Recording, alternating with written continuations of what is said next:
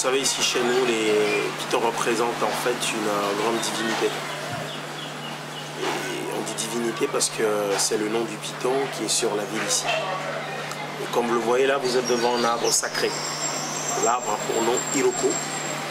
Et cet arbre, il est là depuis 4 siècles, ça fait 400 ans. Et ici dans le temple, pour tout rituel, pour toute cérémonie dans le temple, c'est par l'arbre qu'on commence, parce que chez nous, c'est l'arbre en fait qui est assez sacré.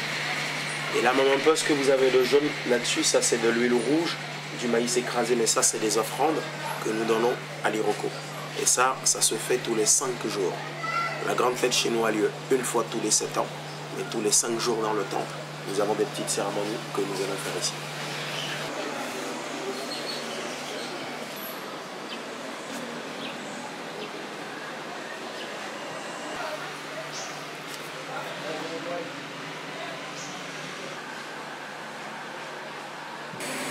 Alors là, c'est l'autel du piton. On dit l'autel, c'est un peu comme l'autel à l'église. Alors ici chez nous, quand on veut prier, faire des vœux, demander quelque chose aux divinités piton, c'est là. D'abord, ce qu'il faut préciser, chez nous, on ne fait que des vœux positifs.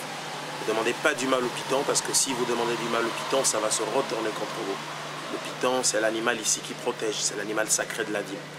Et la case ici, ça date de 1717, et ça c'est l'original. On a changé le toit, c'est vrai, en 92. Là, le mur sur lequel je suis assis, c'est fait en béton et tout. C'est l'original que vous voyez derrière, qui date de 1717.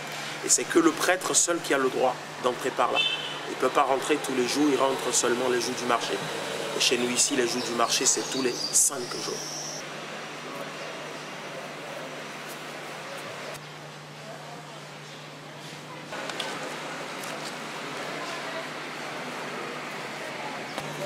Là, c'est la jarre sacrée du temple. On l'ouvre, en fait, on l'utilise en fait pour la grande cérémonie qui est toujours lieu une fois tous les 7 ans. Vous savez, le jour de cette grande cérémonie, nous mettons la jarre juste à l'entrée de la porte.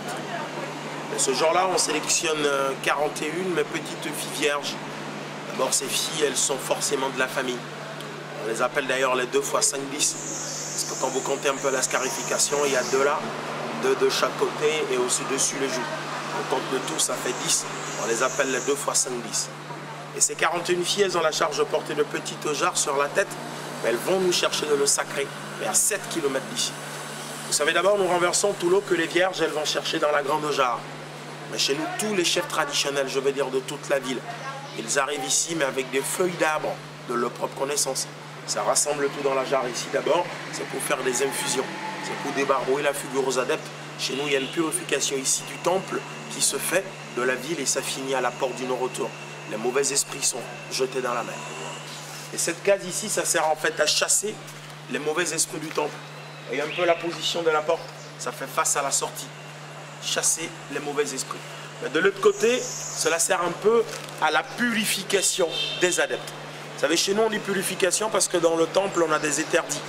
Un adepte chez nous, par exemple, qui voit un piton mort, on se dit qu'il a vu la mort de son Dieu, mais là, il doit se faire purifier. La case, elle a 2 portes, et c'est un peu comme si vous passez de l'étape pure à l'étape pure.